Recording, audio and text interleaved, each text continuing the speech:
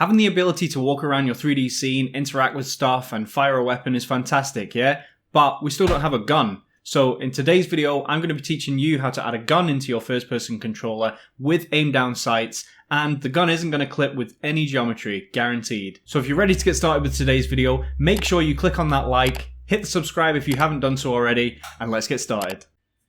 Okay, so we are in Godot and I've got my FPS tutorial project open. So if you haven't followed any of these so far, the link is in the description below. Go on, head over and check those out. All the source code is available on my GitHub, so if you don't want to follow along with all of those, you can download the latest version of the source code and get started straight away. The first thing we're going to do to add a gun to our player character is we actually need a gun model. So I'm going to import something that I've created in Asset Forge. Now, if you haven't got Asset Forge, then I would highly recommend you go over and purchase it. It's by Kenny, the guy that does all of the prototype graphic stuff. He's released this awesome piece of kit, which is basically a 3D modeling package that has a bunch of prefab stuff inside it, and you can just drag and drop it. It's all modular little building blocks, and they have a specific section here for blasters, and I've just put this piece together. You can see it's just made of these modular parts, and I've just whacked them all together, and you can see we've made it quite a nice looking sort of sci-fi rifle here. And what we're going to do is we're going to come up to File and Export Model, and we're going to change the settings here to GLTF, and we're going to change the scale to 20. Now, this isn't a tutorial on how to use Asset Forge, so please feel free to import your own models here. This is just what I'm going to use for this tutorial. We're going to export this into our FPS tutorial assets folder, and I'm just going to call it Gun for now, and let's save that. Let's minimize Asset Forge. And you can see here that immediately inside our assets folder, we now have a gun.glb file, and we have the three materials that make up the gun. If we drag that into our scene and just zoom in on it there, you can see that it's come in nicely and it's all textured. Fantastic. Let's add this to our player. So let's delete it from this scene here, and we're going to come on over to our player's scene. So you can see here we've got our capsule, our lovely capsule, and our camera here. The first thing we are going to do is we're going to add in a basically a placeholder for all of our weapons to go. So I'm not going to go in this tutorial into equipping multiple weapons, but we're just going to set the scene basically for allowing us to do that in the future. And basically we want our weapons to be a child of our camera, because the weapons are going to be displayed where our camera is, where the player's head is, so it just makes sense to make it as a child of the camera. So let's go add a child node to this camera. Let's make it a spatial. Let's create that, and let's just rename it to weapons. Okay. And inside our weapons here, let's drag in our gun model. Alright, so now we have our gun model. You can't actually see it because it's inside the player's capsule, but if we just drag it forward slightly and zoom in a little bit, you can see we now have the gun sitting nicely in front of the player there. But if we come over to our camera and click on the preview, you'll see that it sort of looks a bit odd. That doesn't really look how we want it to. So with this preview selected, let's come back down to the gun, and let's go over to the transform here, and let's start messing around with some of these settings. So let's move it down a little bit on the y-axis. Let's bring it back towards the player here. Let's say maybe we don't really want the stock of the gun in view, so let's bring it this far back, and let's move it across on the x-axis. I think that looks okay, so let's leave it at that for now. And if we save the game there and just press play, let's just see what it looks like.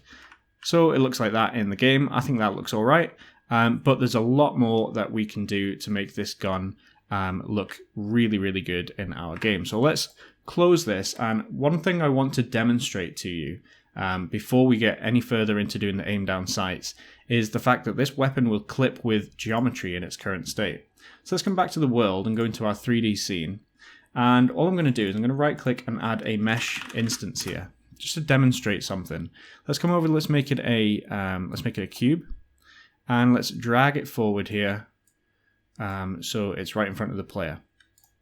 What we're going to do is going to play this scene, and now you'll see that we haven't added any collision to this, so I can walk through it, but what you will see is if we walk through it, the gun sort of disappears, so it clips with the geometry. Now given the shape of our first-person player capsule, that's not really going to be an issue if we're walking into something like a wall. However, if you make your capsule slightly smaller in width, then you might actually end up in a situation where the gun, particularly if it's a big gun like a sniper rifle, might clip with the geometry. So we've got our enemy following us there. Gave me a bit of a fright. Okay, so yeah, so that's basically what I wanted to show you. So we're going to fix that. And the way we are going to fix it is basically use two cameras, okay? We're going to have one camera that renders everything in the world except for our weapons. And then we're going to have another camera that renders only our weapons and overlays that image on top. And this is a really, really useful technique for layering different effects. And in this instance, we're going to use it to layer our weapon on top of our world view. And to do that, we're going to use something called a viewport. So let's come into our player scene here. And what we're going to do is we're going to add in a viewport container. So let's add a child to our player. And let's search for viewport container. There we go. Let's press create. And you'll see here that it's taken us into the 2D view. And the reason it's done this is because a viewport container is effectively a UI control. It's a rectangle that can have a texture applied to it. However, it's a special kind of texture in that it only renders a viewport to this texture. So let's click on the layout option here and let's click on full rect because we want the viewport to fill the whole screen. And then underneath this viewport container, we're actually going to give it a viewport. So let's type in viewport. And you can see here, if we click on viewport, you can see at the bottom it says creates a subview into the screen. Now, it doesn't really make much sense, but basically what it means is it's going to create a second screen effectively. So let's hover over this little warning triangle here, and you'll see it says viewport size must be greater than 0 to render anything. So you can see currently it's set to 0, 0. We want the viewport to be the exact same size as our game window. So let's come up into our project settings here. Let's just go to general, and if we find where we have our window, so display window, you can see that our current window size is set to 1024 by 600. Now you can change that if you want, you can set it to 1080p. I'm not going to bother changing that in this instance, but we do want our viewport to be the same width and height as this. So let's come over here, and it was 1024 by 600. Okay, and there's a few other settings we need to change on this. So basically with a viewport, you can have it render a completely different world if you like, but we're not going to do that in this instance. However, we are going to set transparent background to on, and for handle input locally, we're not going to be handling any input in this viewport. It's literally just going to be a view for our weapons, so we can untick that option there. Okay, so let's just hover over this again, and you can see that it still says the 0, but that's fine because we've already modified that. So the next thing we're going to do is we're going to add a camera to this viewport. Okay, so the viewport won't render anything unless you've got a camera attached to it. So let's attach this camera here. And this is where we're going to start filtering out the things that we want to render on our two cameras. Okay, so we have two cameras now. We have one for the whole player that renders everything in the world. And we also have this viewport camera, which is effectively just going to render our weapons. And in order to filter things, if we come up to our camera here and look over on the right, you can see we have this cull mask. And if we click these double dots, you can see that we can select and deselect which layers this camera should render. So let's just come back into our project settings here and scroll all the way down till we see 3D render layer names. And I'm going to change the first layer to be world and the second one to be guns. Okay, let's close that. And then I am going to untick. So again, you'll have seen in one of my previous tutorials, if the layer names don't change, you can basically save your scene here and open it up again. And now if we come back, you'll see that they have taken the names on effectively. So what we're going to do is we're going to uncheck guns. Okay, we don't want the gun to be visible within this camera itself. And if we come down to our camera inside the viewport, we actually want to untick everything except for the guns layer, which is the second one. So let's untick everything here. We only want to see the guns on this camera. So let's save that, and you'll notice now that we haven't changed anything here, so that's not really going to work. The gun is still going to be visible because it's still effectively on the first layer, that world layer. So one thing I'm going to do is I'm going to come to the left-hand side here. I'm going to double click on my gun and I'm going to press New Inherited. Okay, that's going to take our 3D model and create a brand new scene for us. One which we can modify the nodes on the left-hand side and do all sorts of things with. So let's save this scene here to Player. Let's create a folder. Let's call it Weapons. And for now, let's just save it as Gun. I'm not going to bother with naming it. And we're actually going to come down to the mesh instance here inside this scene. And on the layers underneath Visual Instance, you can see that it's basically assigned to that world layer. Let's untick that and change it to the guns layer. Let's save that. And what we're going to do is we're actually going to drag in that weapon. So let's drag that in there.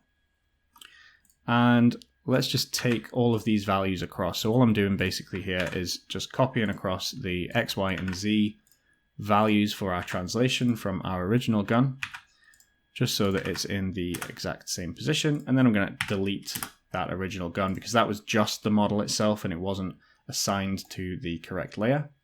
Let's just rename this to gun. And you can see now that we're actually previewing this camera and the gun's completely disappeared. So that's fine because this camera no longer is rendering that gun section there. And this camera here, if we toggle preview on this camera, you can see that it's also not rendering the gun, but that's because it's not in the same position as this camera here. So we're going to fix that by adding a script, okay? And I'm going to call this the gun camera script. So what we're going to do here is we're going to get a reference to our main camera. So let's say export var, let's just call it camera, and it's going to be a node path. And what we're going to do is in our ready function, let's just create another variable here. Let's rename this one, sorry, to camera path. And let's create a variable here, export var camera. This is going to be a node. In fact, it's actually just going to be a camera. And inside our ready function, we're going to say camera equals get node camera path. Okay, let's delete these comments. We don't need those. However, in our process function, so let's uncomment this one. Oops. In our process function, what we're going to do is we're going to say global transform equals, and we're going to set it to the camera.global transform. Camera global transform. So basically what we're saying here is get a reference to our main camera, which is up here, and then set our global transform for this camera to be the exact same as this one. So whatever way that camera is pointing, whatever position it's in, we're going to mimic that entirely every single frame. And now the only thing we have left to do there is come to our camera and go up to assign and choose our main camera. Okay, let's give that a whirl. And you can see now that we have our gun. It appears just like it did before. However, if we walk up to this cube now, you can see that the gun never clips through that piece of geometry, and it won't clip through walls either. So that gun is on a completely separate layer now to the rest of the world. And that's fantastic. That means if you've got a really long weapon like a sniper rifle or a rocket launcher, you're going to be able to walk up to geometry, walk up to walls, and it's not going to look weird where the end of the barrel just suddenly disappears. So that's fantastic. So that's one thing sorted. The next thing we're going to do is aim down sights. Okay, so for aim down sights, we're going to make a few modifications to our weapon script that we've created in previous tutorials. And you can see here in our player, we have our weapon object, and it's just a node, and it has a weapon script attached to it. It actually has a shotgun script attached to it in this instance, which inherits from the weapon. I'm actually going to delete that weapon entirely, okay? We don't really need it anymore. What we're going to do instead is we're going to come down to our weapon script, and let's just drag this weapon script up onto our gun. Okay, so every single gun inside this is going to have its own version of the weapon script with different fire rates, clip sizes. However, we're going to modify that weapon script now to allow us to do aim down sights, or ADS. What we need for our ADS system is we need a vector 3 position for the gun when it's not being looked down sights, and we need a vector 3 position for when the gun is looking down the sights. And basically, depending on whether or not the player is aiming or pressing the aim button, so in this case it'll be right click, we're going to interpolate between those two values. Okay, so let's come up to our project settings quickly and go to our input map. And let's just create a new action, and I'm just going to call this ADS. Let's assign the right mouse button to that and close that input. And now let's come into our script. Let's add some new variables here. So we're going to have an export var default position. This is going to be a vector3. And we're going to have an export var ADS position. This is also going to be a vector3. And we're also going to have an export var ADS acceleration. And this is going to be a float. And we're just going to default that to something like 0.3. Okay, and two other things we're going to do, one other thing we're going to do is we're also going to interpolate the field of view value of our main camera so that when you go into ADS, the whole world sort of zooms in a little bit to give you a little bit more focus on what you're actually aiming at. So we're also going to do an export var default FOV. That's going to be a float, and we're going to default it to what our main camera is, which is 70, which is just the default FOV for all cameras in Godot. And we're also going to export a variable for our ADS FOV. It's going to be a float, and in this instance, we're going to say, I don't know, for default value, let's try something like 55. Okay, let's save that. And there are a few things that we're going to want to do now. Okay, so first of all, I can see straight away that our raycast node here, that's no longer the correct path because we've moved our weapon script. It's actually sitting on the gun itself now.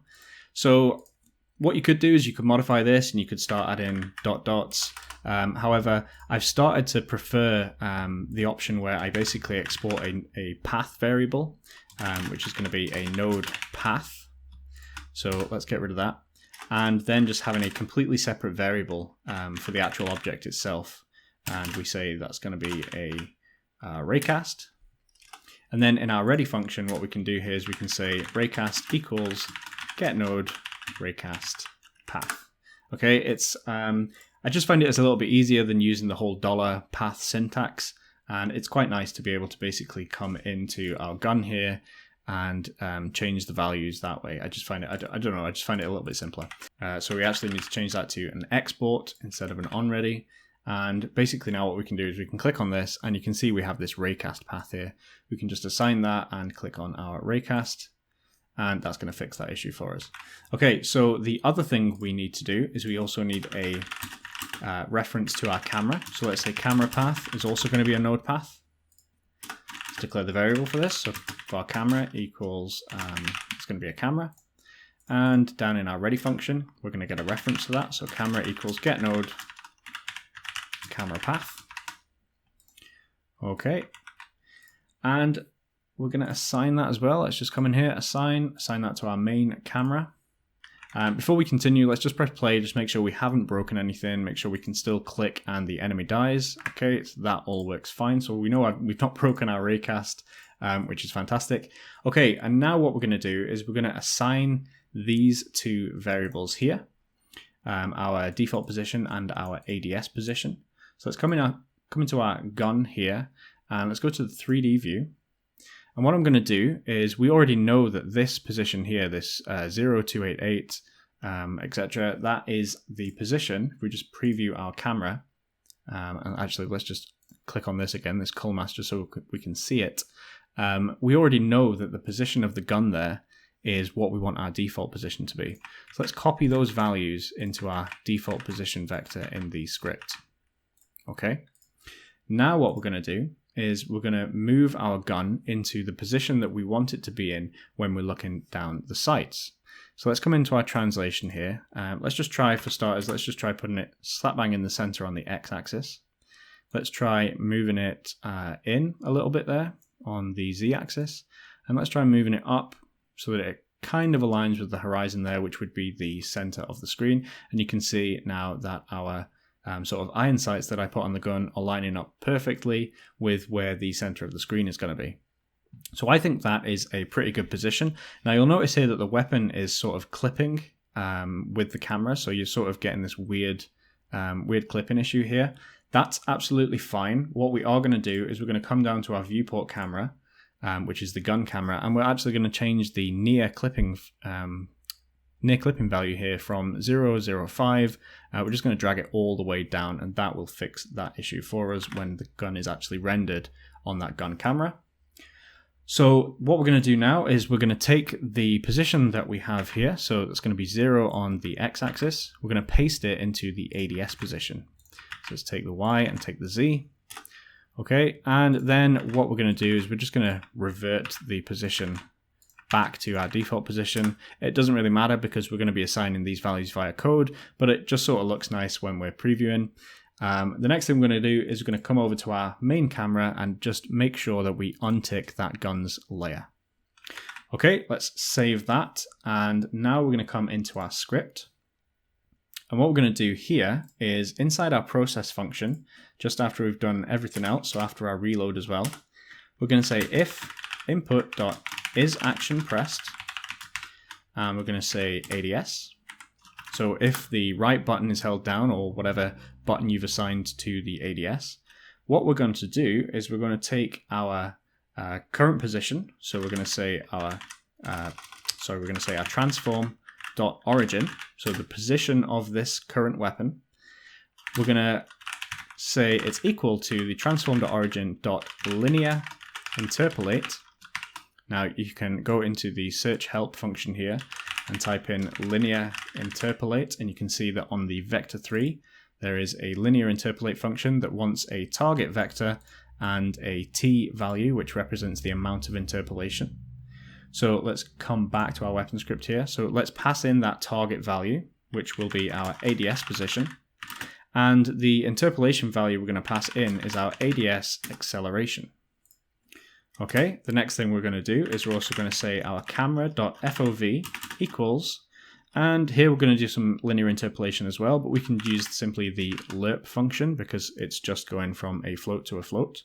So we're going to say lerp from our current camera's FOV to the ADS FOV, and again we want to lerp that over the exact same acceleration rate, so let's use that ADS acceleration again. Okay, so if we're not holding down the ADS, then basically we want to do this whole thing again, except we want to do it and put everything back to its default position. Okay, so default position there, and we want our default FOV there. Okay, let's save that. And there is one last thing here. We've got an error. It says the identifier transform isn't declared in the current scope. And the reason for that is that our weapon script initially inherited from a node. And in this instance now we're using a spatial. So let's say spatial, and that error now should disappear. Okay, so let's press play and let's see what happens here. So we have our gun in its default position, and if we hold down the right button to aim in, you can see that we get a nice smooth animation into our ADS scoped version there. And if we fire at the enemy, you can see that it all works nicely. And if I just come back into this cube here, you can see that we aren't clipping. Wherever we are, we can be smack bang in the center of the cube, we can be on the edge of the cube, and this weapon will never clip with any geometry in your scene, providing that geometry is not also on the guns layer itself. So that is everything for today's tutorial, guys. If you like this video, make sure to hit that like button. If you haven't already subscribed, please consider hitting the subscribe button and clicking on that notification bell. I release new content every single Friday. You can find all of the source code for today's tutorial over on my GitHub. The link is in the description below. And if you haven't already done so, head on over to the Discord, become a part of the community. We'd love to have you over there. If you'd like to support this channel, I also have a Patreon. I'll leave the link for that also in the description below. And with that being said, I'll see you guys in the next video.